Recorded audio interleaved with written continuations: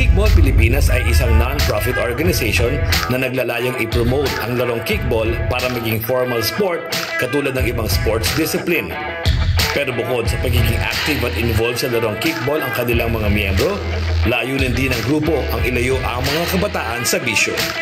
At para kwentuhan tayo kung ano pa ang kanilang plano para sa paglago ng kickball sa bansa, ay makakasama natin ang owner at founder ng Kickball Pilipinas na si Coach Ron Haley.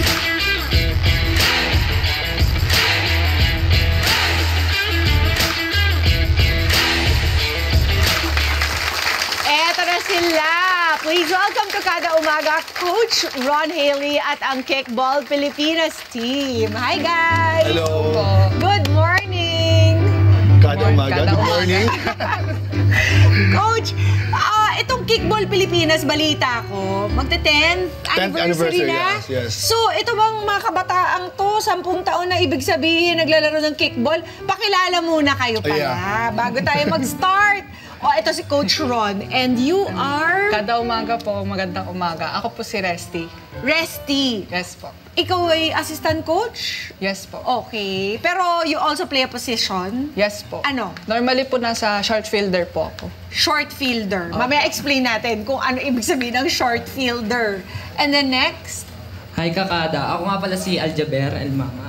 Si Jaber. Anong posisyon mo? Jaber, sabihin mo. Ano po ako? Pitcher po. Pitcher. Magandang umaga mga kakada. I'm Alfred Ramos and ang aking position po ay center field. Center field. Okay. Hello mga ano po? Kaya mo yan. Kada. Kakada po. Ako nga po pala si John Robert C. Castorico and first base po. First base. Hello po kada umaga. Ako po si Johan. Third position ko po is third base. Okay. Hi, Ay Johan. mga kakada, ako nga po pala si Cyrus Kurt Sibas. Ang position ko po ay second base. Second base. Hi! Uy, my girl! Yes. Okay. Hello po, mga kakada. Ako po si Jelly. Ganda mo sa TV, oh, Jelly, oh. Thank you po. And ang position ko po, pitcher din po. Aba. Hello mga... Go, Eman. It's open. Hello mga kakada. Ako po si Emmanuel A. Hermosa at ang posisyon ko po ay shortstop. At birthday ko ngayon. Happy birthday, Eman! Ilan taon ka na, Eman? 15 po. 15. Okay, happy birthday. Thank you. Hello mga kada, ako si Harvey E. Antonio and yung position ko naman po is second baseman po. Second base. Welcome, welcome ulit sa Kada Umaga. So, ibig sabihin mo, Coach, nung katulad ng tanong ko kanina, magte-10th Yes, anniversary na kayo. Hindi naman pwede sigurong 10 years na naglalaro. Sila po yung mga bagong members. Bago ko silang trainin. Si Rusty po yung kasama ko ever since. So, nag-start sa akin 12 years old. Wow! So, throughout the year, nagkakaroon kami ng mga bagong members. Every year, meron kaming tournament na ginagawa. So, nag-join yung mga bagong players. So, sila yung mga bago po namin tinuturuan. Wow! Gano'ng katagal na kayo sa Kickball Pilipinas? Ano po, magti 3 years na po ako this, October. Wow! So, Coach, okay, meron ba kayong mga kalabang iba at taga saan sila? Well, actually, kami po talaga yung nag-organize ng kickball dito sa Philippines. Yun yung goal namin. So, what we're doing, nagtuturo kami sa iba't ibang places. Like, we went to Tarlac, we went to Sinuluan, we went to Paite. So, doon kami nag-build ng team. Then, nag-meet, then naglalaro. Kasi wala pa talagang mga formal team Definitely, for kickball. opo. Kayo pa lang yung pinakauna. Yes. Ang kickball, nasa PE. PE game siya, nasa module. Okay. So, kasama siya sa, anong tawag doon? MAPE. MAPE? PE game, yeah. Hindi pa MAPE uso yung para sa mga MAPE, old no? people. Nung kabataan ko, PE lang tawag doon, minapi kasi. O Yes, tapos, opo. So, yun. So, nasa curriculum na siya ng schools, Nasa ang curriculum. kickball. Kasi sa akin pagkakaalam, ito ba in-invent lamang sa Pilipinas? Actually, ang history nito nag-start sa Amerika. Okay. As PE game din talaga. Then after that, according sa history, yung mga sundalo, they went to the Philippines. So during their, alam mo na, pastime, ganyan, wala silang magawa, yung mga media sila pinagsasama-sama nila, then naglalaro sila ng kickball. So doon in-introduce sa atin yung kickball. ng mga kano. Yes, exactly. Mga servicemen dito. Okay, bakit naman pinopropose mo, Coach, na maging official sport ito? Well, number one, nilaro ko ito ng grade 2 ako sa somewhere in Manila. So, wala akong ibang sports. When I grew up, sabi ko, I want magkaroon ako ng sarili kong sports. So, napaka-challenging kasi sabi ko, I want something na hindi pa ganun kakilala. Okay, sorry, so we have basketball, we have baseball, kilala na sila. So, sabi ko, I like something. So, just like, di ba, si Mark Zuckerberg, si Steve Jobs, di ba, they started something new. And gusto ko ganun din. Sabi ko, kickball, hindi pa siya sikat. Although PA game siya, pero wala naglalaro gaano. Pag tinanong mo yung mga kabataan niya sa labas, ano gusto mong sports? Ano gusto mong ganyan? They will never, yeah, exactly, that's the point. Although, most likely, lahat sila alam laruin ito. Yeah, lalo yung mga mommies, 'di ba? Kasi ito yung nilalaro sa kalye noon, yung pulang bola, 'di ba? Nilalaro yun ng gano'n. Kami kahit anong bola, basta may bola, yeah, 'di ba? Exactly. Oo. Kasi parang are Pinoys good at kickball? Bakit? Why? Anong qualities ng Pinoy will make them great kickball players? Well, definitely hindi mo kailangan ng height dito. Definitely, 'di ba? So, salamat. Yun yung advantage. And malakas tayo.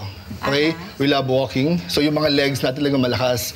Okay. Merong sport analyst before na nagsabi na ang edge ng mga Filipino, kahit hindi sila matangkad, is other sports. So, we have kickball, we have baseball, and other things na hindi gano'ng kailangan ng height. So, knowing Filipino, hindi gano'ng katatangkad talaga. So, may other sports pa tayo na pwede tayong mag-excel. So, luckily, we have kickball na pwede natin i-promote. Kailangan lang i-promote talaga para maging formal sports. Oo nga. So, nasaan na po? Kamusta na po yung application? Ano bang prosesong kailangan gawin para maging official sport ito? Well, hindi siya ganun kadali. Medyo challenging siya. That's what I want to use the word, challenging. Okay? So, una namin kailangan gawin, we talk to people na nakakalam ano yung proseso. Ang kailangan namin munang gawin is to create the rule book. Alam namin dapat kami mismo, among ourselves, paano nilalaro. Kasi kapag nag-google ka or nanood ka sa YouTube, makakita mo kickball, paano sumisipa. Hindi mo makikita yung mga yun, yung technique, wala doon. Basta sipa ka lang. Nung una kami naglaro ng kickball, makita mo yung lalaki ko patay. Kasi pag sumisipa kami, toe kick. Mali. So inaral namin, so doon namin nalaman na may iba't ibang palang part ng pang ginagamit. So we have the side, which is tuturuan namin sa iyo mamaya. We have the ankle, we have the lace. Para well protected yung paa mo, di ba? During that time, ang ginagamit namin lagi, yung toe kick. Patay. Kaya pag bumabalik ako ng barko noon, yung kuko ko, patay talaga. Kaya I have 4 months to stay. Tapos pagbalik ko, buhay na uli siya. Pag naglaro ako ng kickball, patay na naman siya. Aray ko, ayaw natin yan. Yeah, exactly. Hindi maganda sa open-toed sandals yan, Jelly. Yeah, so yun yung naging challenge sa amin. We need to learn muna talaga yung kickball. Then after that... kayo na mismo ang sumusulat ng rulebook? May rulebook sa States, pero ginagawa namin, binabasa namin siya, which is napaka-advantage in our part kasi ako personally, nilaro ko siya. Kapag binasa mo yung rulebook kasi, kinopy lang nila yung rulebook sa baseball. Makikita mo yung word na batter. Batter is batter is the person na kailangan talaga i-edit. So, yeah, exactly. Tapos may mga part doon na hindi applicable sa kickball na ginagamit sa baseball. Kasi kickball is combination ng elements ng baseball and soccer. Dahil sa pagsipa nito. Exactly, yun. So, yun yung gusto namin ilabas kasi yung ganda ng laro. Kasi pag naisip mo yung kickball, normally, ang inisip nila, parang pangbata lang siya. Eh, nung nilaro namin siya, nakita namin yung intensity. Ito mga itong gagaling na ng sumalo. Alayo ng sipa nila, para magugulat ka talagang nasasalo pa rin talaga nila. Hindi dito usapin kung gano'ng kakalakas sumipa. It's more strategy. Paano mo dadalhin yung bola na hindi ka ma-out? At saka before kayo, kung sinong gusto lang mag-volunteer, magsalita, bago kayo nag-kickball, meron ba kayong ibang sport na nilalaro? Wala? Ikaw, Johan, parang you wanna say something? Go ahead. Di ko po alam kung i-consider this po to na as a sport, pero skateboarding po. Louder, a little louder. Skateboarding po. Skateboarding. Tapos nag-skateboard ka pa rin ba? Hanggang ngayon. Opo. Pero bakit ka nahilig sa kickball kung meron ka namang ibang sport? Anong nagustuhan mo dito? So like, para di po ako masyado sa cellphone po. Tama! Very good! Meron pa ba ibang dahilan? Si Jelly, ang bukod-tanging girl. Bakit nagustuhan mo ang kickball, Jelly? Kahit puro boys ang iyong mga kalaban?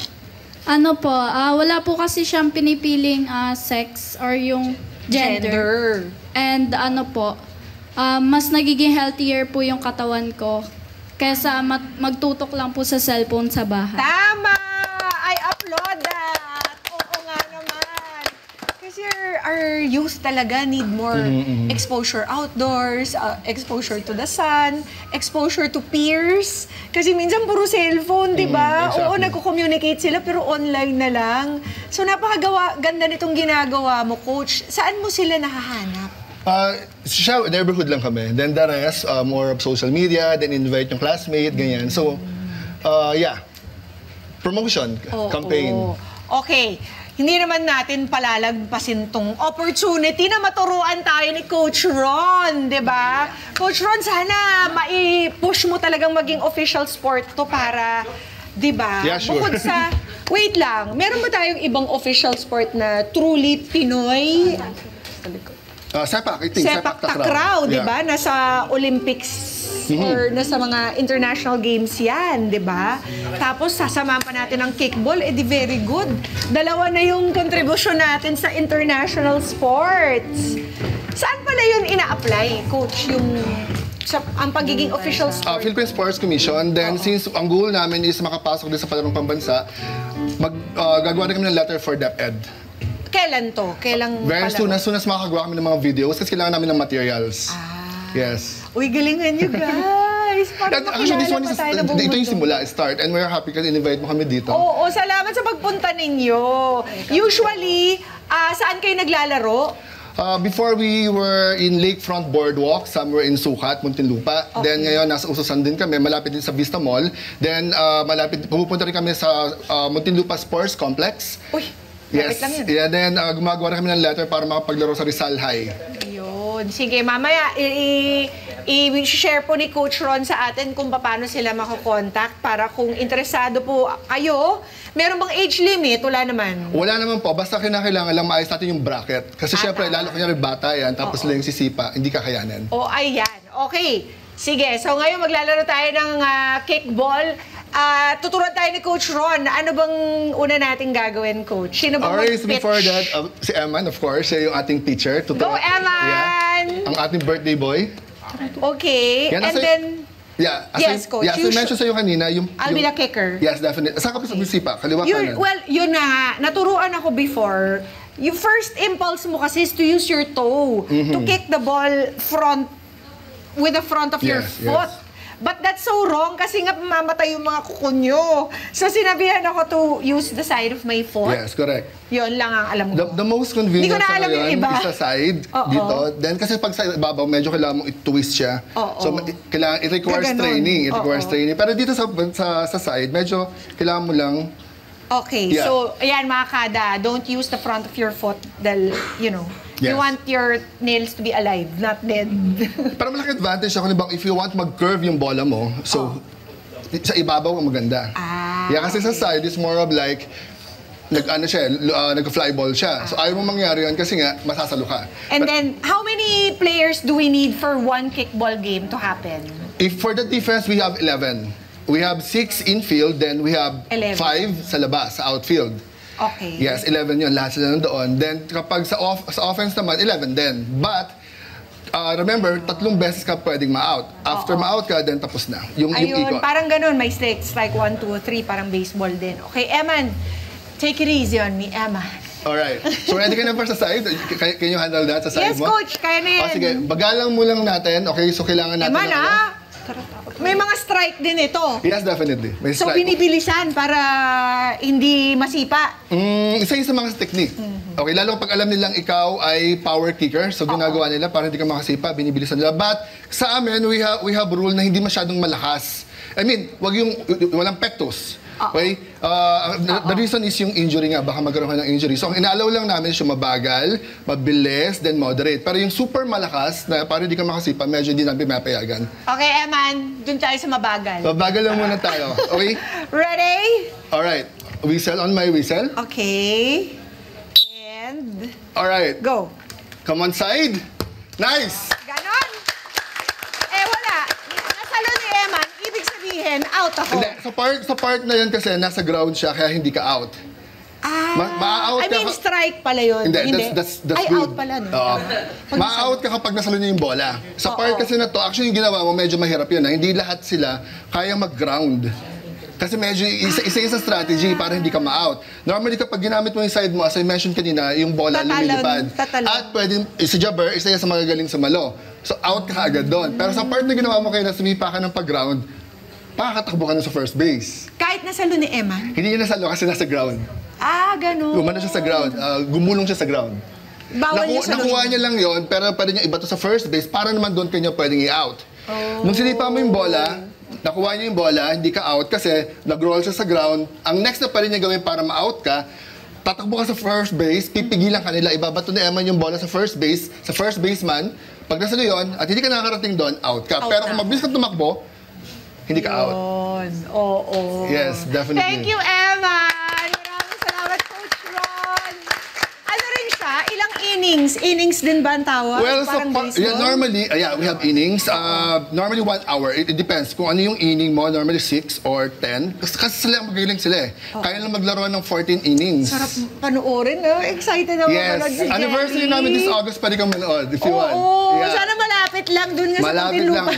Huwag yung Muntinlupa. Malapit din Sir Onin. Oo nga, happy anniversary. Yes, this August. It was nice meeting you guys. We hope that next time makapaglaro na tayo together. Pag nakahanap tayo ng maganda-gandang venue. Tapos, Coach, go ahead and invite our kadas to be part of Kickball Pilipinas. Yes, mga kada, we are inviting you. Please join us po sa aming campaign in promoting kickball dito sa Philippines. Para sa mga wala pong sports, kagaya ko, wala pang ibang sports, this one is for you. Napakadali lang po yung laruan. This is co-ed. So, pwede po babae, pwede lalaki. So, pwede po tayo magsama-sama. This one is really fun dahil nga madali siyang laruin. Okay? So, wino-workout namin ngayong August sa Muntinlupa Sports Complex and we are inviting you sa part na yun. So, para makapaglaro po tayo. Since I think magaling po yung sumipa. Sige nga. Yes. Message mo, Coach, sa Instagram. We will keep you posted. Keep me posted. Yes, definitely. Samahan po natin silang i-push na maging official sport itong kickball dahil if ever it's going to be another truly Filipino sport. Yes, definitely. Diba? Na pwedeng isama sa palarong pambansa. Yes. Sa ibang competitions pa nationwide. Yeah. Tama. Kaya maraming salamat kay Coach Ron Haley for giving us this very informative segment on kickball. At great job, guys. Patuloy nyo lang yan. Nakakatuwa na itong mga batang to napaka-active. You're going to lead healthy lifestyles, di ba? In body and mind. And hopefully one day, kilalanin na talaga ang kickball bilang formal sport at maging part ng palarong pambansa. Mga Kanet 25, this is Pia Guanyo Mago. For more Kada Umaga updates, please click the subscribe button and follow us on Net25 social media pages at Net25TV and at Net25 Entertainment Facebook page. See you guys. Bye!